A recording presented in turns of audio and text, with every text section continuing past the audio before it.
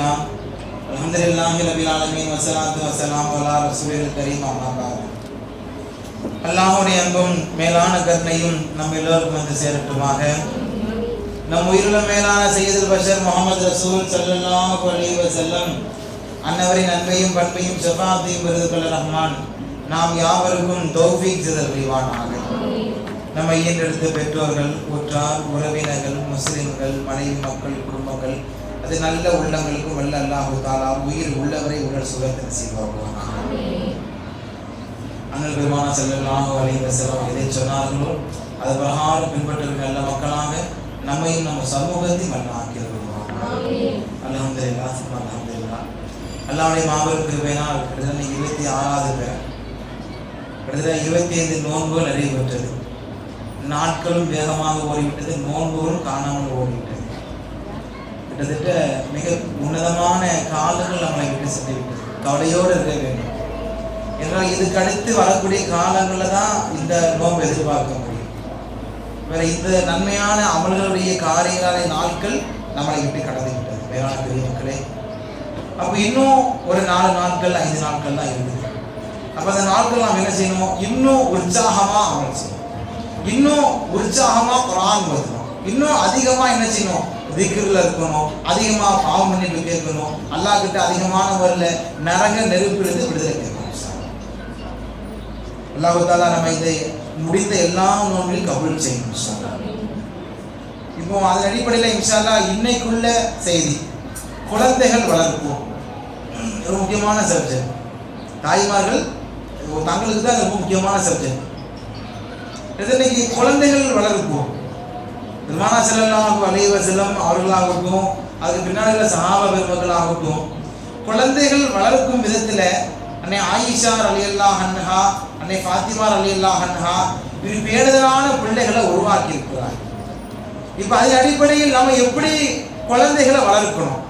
கனிவான பெருமக்களே, இப்போ உதாரணத்துக்கு ஆரம்ப ஸ்டேஜ், அதாவது குழந்தை பிறந்த பின்பு அவர்களுக்கு உணவு ஊட்டும் பொழுது அவர்களுக்கு ஆரம்ப காலத்திலே உணவுகளை கொடுக்கும்போது நம்ம என்ன செய்யணும்னா, முதல் காரியம் எப்பெல்லாம் உணவு கொடுக்கமோ சுன்னத்தான முறையில் முதல்ல ஆக்கிக்கணும்.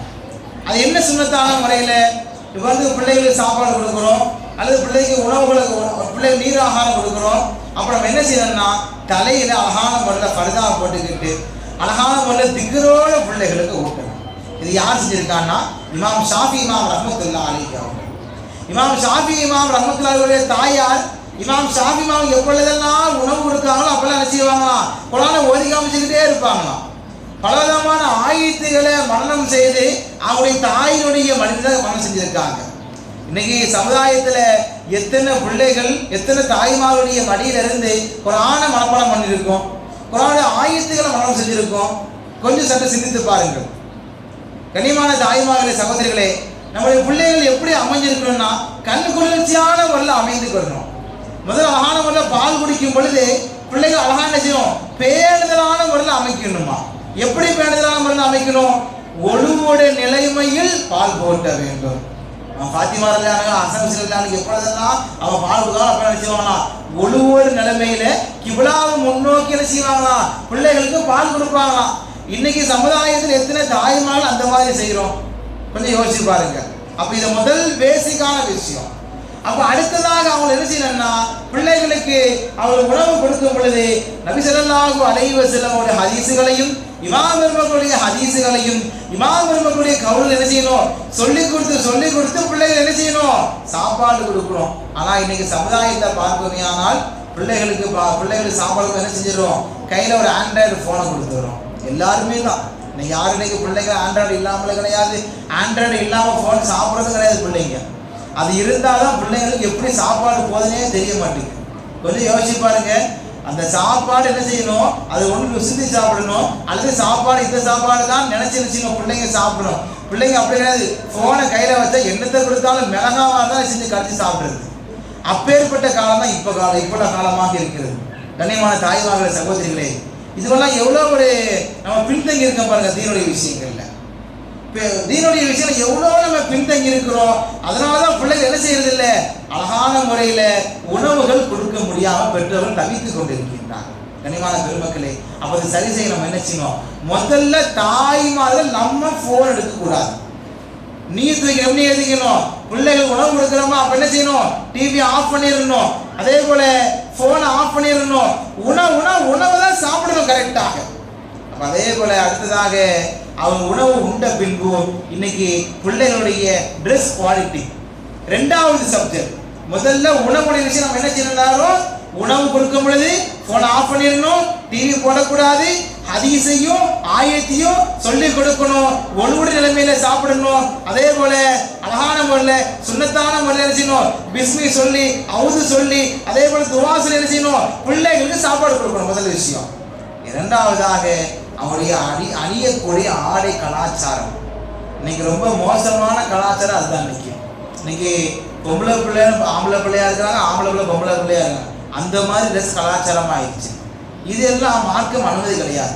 மார்க்கத்தில் அனுமதி என்பது இது சம்பந்தப்பட்ட விஷயங்கள பேணுதல் அடிப்படையோடு கிடையாது. கண்ணியமான பெருமக்களே, ஒரு பிள்ளைகளை வளர்க்கும் போது நம்ம என்ன செய்யணும்? அவங்களுக்கு என்ன ட்ரெஸ் சுண்ணத்தான ட்ரெஸ் போடணும். இன்னைக்கு பாடுறாங்க, இன்னைக்கு பசங்க போடுறாங்க, இன்னைக்கு ஃபேண்ட் அழகான புது ஃபேண்டை கடலை கொடுத்து 1000 ரூபாய் கேட்குறோம். பார்த்தா 10 இடத்துல கிழிஞ்சிருக்குது.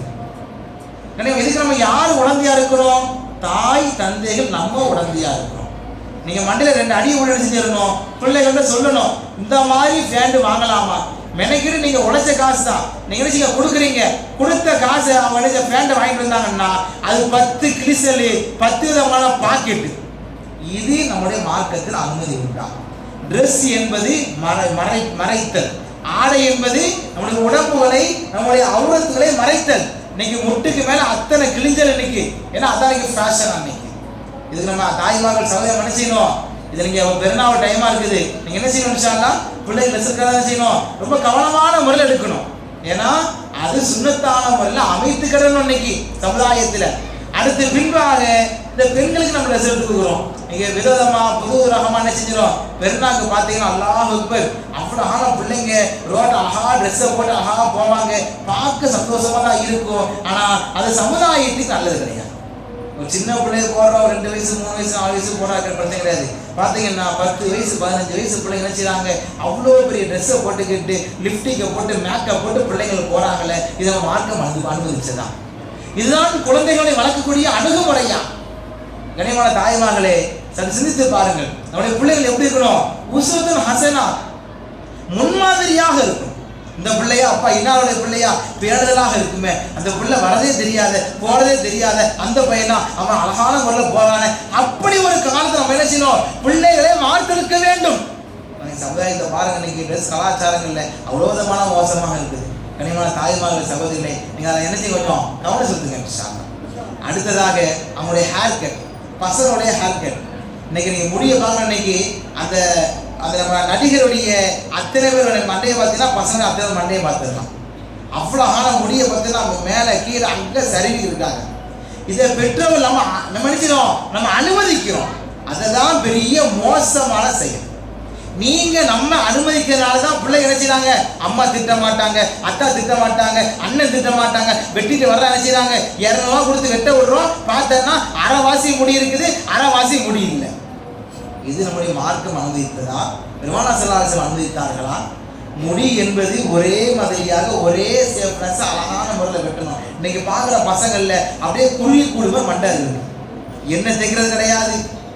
இதெல்லாம் பசங்களை கவனிக்கிற பசங்க அப்பெல்லாம் கூப்பிட்டு செய்ய உடனே திட்டுறேன், அவங்க கூப்பிட்டு செய்ய வீட்டில் உடனே அனுப்பி விடுறேன், அவங்க பேரண்ட்ஸுக்கு ஃபோன் சொல்றேன். இது நம்மளுடைய கடமையாக இருந்தாலும் முதலில் உங்களுடைய கடமைகள் தான். முதலில் தாய் தகப்பனாருடைய கடமை தான்.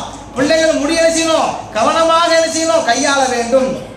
ஏன்னா ஒரு முகத்தினுடைய அழகை எது காமிக்குன்னா முடியை தான் காமிக்குது. பசங்க இன்னைக்கு அவ்வளோ நினைச்சாங்க முடியை வச்சுக்கிட்டு அது ஒரு ஸ்டைல் இது வச்சு மாடலாக அலையிறன்னு சொல்லிட்டு அவங்களுடைய மண்டையை அவங்களே கூட கெடுத்துடுறாங்க. கண்ணியமான தாய்மார்கள் சகோதரிகளை கவனம் செலுத்துங்க. அடுத்ததாக மூணாவதாக நம்முடைய பிள்ளைகளுடைய எஜுகேஷன். இன்னைக்கு எஜுகேஷன் கல்வி. இன்னைக்கு கல்வி செய்யணும். சிறந்த கல்வி என்ன கல்வி? அழகான மார்க்க கல்வி. இன்னைக்கு சமுதாயத்தை இன்னைக்கு நிறைய பிள்ளைங்களை பார்த்தீங்கன்னா ஸ்கூலுக்கு அவ்வளோ இம்பார்ட்டன்ட். கிட்டத்தட்ட 24 மணி நேரம் படிக்க சொன்னாலும் படிக்க அனுப்புவாங்க பெற்றோர்கள். ஆனால் மதரசாவுக்கு 1/4 மணி நேரம் அனுப்ப மாட்டிருக்காங்க. நம்முடைய பெற்றோர்கள் எல்லாரும் நல்லா அனுப்புறீங்க. ஆனால் சமுதாயத்தில் இன்னைக்கு நடக்குது. இன்னைக்கு இன்னைக்கு பார்க்குறாங்க, இன்னைக்கு பசங்க காலை 7 மணிக்கு பேக்கை திரும்பி போயிடுறான். பின்னாடி ஒரு நல்ல ஒரு பெரிய அரிசி மூட மாதிரி என்ன செஞ்சிருது, அவ்வளோஹான புக்கை லக்கேஜை கொண்டு போயிடுறது. நான் ஈவினிங் பார்த்தா 7 மணிக்கு வரான். வந்த உடனே வீட்டில் டீயை சாப்பிட்ட அப்புறம் திரும்ப 8 மணிக்கு டியூஷனுக்கு போயிடறான். கனிமா பெற்றோர் பிள்ளைகள் ரொம்ப திணிக்கக்கூடாது. கல்வியோட விஷயம் ரொம்ப போட்டு அவங்க படுத்தக்கூடாது. ஃப்ரீயாக விடுங்க பசங்களை. அவன் படிக்க மாட்டேங்கான்னு சொல்லிட்டு இங்கிலீஷுக்கு ஒரு டியூஷன், மேக்ஸுக்கு ஒரு டியூஷன், சயின்ஸுக்கு ஒரு டியூஷனு, வேதிக்கு எப்படி ஒவ்வொருக்கும் ஒரு டியூஷன். அவனுக்கு மண்டையால் அவனுடைய சிந்தனைகள் எப்படி போகும் அவனுக்கு. கண்ணியமான பெருமக்களே, நம்ம நினைச்சிருக்கோம் பிள்ளைகள் ரொம்ப கவனமாக இருக்கும். நீங்கள் பசங்க எனக்கு ரொம்ப ஸ்ட்ரெஸ்ஸே ஆகிறாங்க. எப்போ பார்த்தாலும் பிள்ளைகளாக எப்போ பார்த்தாலும் படி படிக்கிறாங்க. ஏன் ஒரு மணி நேரம் அல்லாஹ்வுடைய பாதையில் குர்ஆன் ஓதுறது, வாக்கியா சூரா ஓதுறது, யாசீன் சூரா ஓதுறது, அழகான முறை ஒழு செய்யறது. இன்னைக்கு எத்தனையோ பிள்ளைகளுக்கு ஒழு எப்படி செய்யணும்னு தெரிய மாட்டேங்குது, எப்படி தொழுகுன்னே தெரிய மாட்டேங்குது. அப்போ இதுக்கெல்லாம் யார் குற்றவாளி? தாய் தகப்பனார். அவங்களுடைய பிள்ளைகளை சரியான முறையில் வார்த்தெடுத்து வளர்த்திருந்தால் இன்னைக்கு ஏன் பிள்ளைகள் மார்க்க கல்வியில பின்தங்கி போய் இருக்கிறாங்க? அப்போ முதல் விஷயம் யாருக்கு அது பலனை தருகின்றது? பெற்றோராகிய நாம் பிள்ளைகளை என்ன செய்யணும்? மார்க்கம் சார்ந்த கல்விகளை சரியான முறையில் என்ன செய்யணும்? பிள்ளைகளுக்கு ஊட்ட வேண்டும். உங்களை யார் இந்த துனியாவுடைய கல்வி கற்க வேண்டாம்னு சொல்லி நல்ல முறையில் இன்ஜினியர், கலெக்டர் எல்லா நாளும் படிக்கிற பிரச்சனை கிடையாது.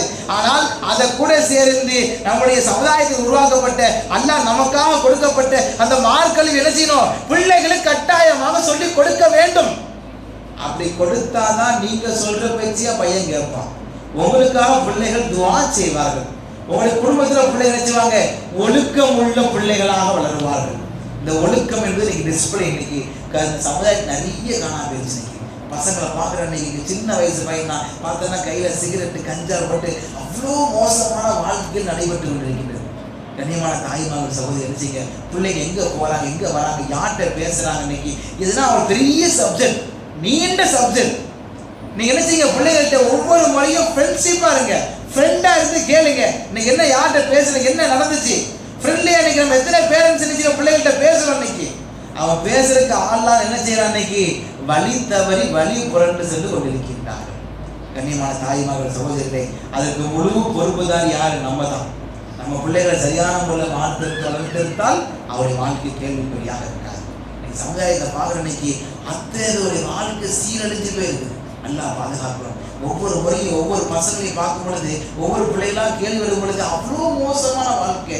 ஆண்ட்ராய்டை கொடுத்துட்றோம், 15 வயசு என்ன செஞ்சிடறான், அவன் தேவையில்லாத விஷயங்கள் வளைஞ்சிடறான், காதல் பக்கம் போயிடுறான், போதையினுடைய அடிப்படையில் போயிடுறான், அவனுடைய முழுக்க அவன் சிந்தனைகள்லாம் வெளிப்பக்கம் போயிடுது. இதுக்கு யாரு முக்கிய பொறுப்புதாரி? பெற்றோர்கள் நாம் தான். இன்னைக்கு பசங்க பார்க்கணும், 5ஆவது படிக்கிறான், கையில் பார்த்தா ஆண்ட்ராய்டு ஃபோன், 6ஆவது படிக்கிற 4ஆவது பார்த்தா ஜேப்பில் ஆண்ட்ராய்டு ஃபோன். யார் கேட்டால் அம்மா கொடுத்தாங்க, அக்கா கொடுத்தாங்க. கண்ணியமா நீங்கள் என்னமோ பெரிய பிள்ளைகளுக்கு லக்ஸரியாக வாழ வைக்கிறோம் நினைக்கிறோம். இருக்கிறதே மிக மோசமான வாழ்க்கை நம்ம கற்றுக் கொடுத்து கொண்டிருக்கின்றோம். கண்ணியமா சிந்தித்து பாருங்கள். பிள்ளைகளுக்கு யாரெல்லாம் ஃபோன் ஆண்ட்ராய்டு கொடுக்குறீங்களோ அவங்க உங்கள் பிள்ளைகளை நீங்களே வீணாக்கக்கூடிய சம்பவமாகின்றது.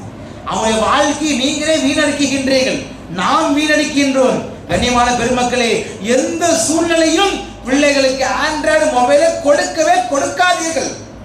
அப்படி கொடுத்ததுனால இன்னைக்கு நிறைய பேருடைய வாழ்க்கை சீரழிந்து போய் கொண்டிருக்கின்றது. கண்ணியமான தாய்மார்கள் சகோதரிகளை, கவலையாக இருக்கின்றது. நிறைய செய்தி இருக்குது. அதுவெல்லாம் சொன்னா எல்லாம் இப்படியெல்லாம் சமுதாயம் நடந்து கவலைப்படுவோம். அவ்வளோகான மோசமான விஷயம் நம்ம என்ன சமுதாயம் நடந்து கொண்டு இருக்கின்றது. கண்ணியமான பெருமக்களை, பிள்ளைகளை வளர்க்கும் பொழுது என்ன செய்யுங்க, ஒழுக்கம் உள்ள சீராக வளருங்கள், மார்க்கப்பட்டுள்ள பிள்ளைகளாக வளருங்கள், நமக்காக துஆ செய்யக்கூடிய பிள்ளைகளாக வளருங்கள், குடும்பத்தை பாதுகாக்கக்கூடிய பிள்ளைகளாக வளருங்கள். முக்கியமாக நல்ல முறையில் மார்க்கத்தினுடைய பேணுதலான பிள்ளைகளை வளருங்கள். பிள்ளைகள் அழகான முறையில் வாழ்ந்ததுக்காக நசீபாக்குவானாக. நம்முடைய பிள்ளைகள் கண்குளிர்ச்சியான பிள்ளைகளாக அல்லாஹ் நசீபாக்குவானாக. கடைசி வரைக்கும் தீன்தாரியான பிள்ளைகளாக அல்லாஹ் நம்முடைய பிள்ளைகள் ஆக்கிய புரிவானாக. நல்ல துஆவும் உங்களுடைய துஆவை ஆதரவு காரணமாக உங்களுடைய வார்த்தை நிறைவேற்றுகின்றேன். அஸ்ஸலாமு அலைக்கும் வரஹ்மத்துல்லாஹி வபரகாத்துஹு.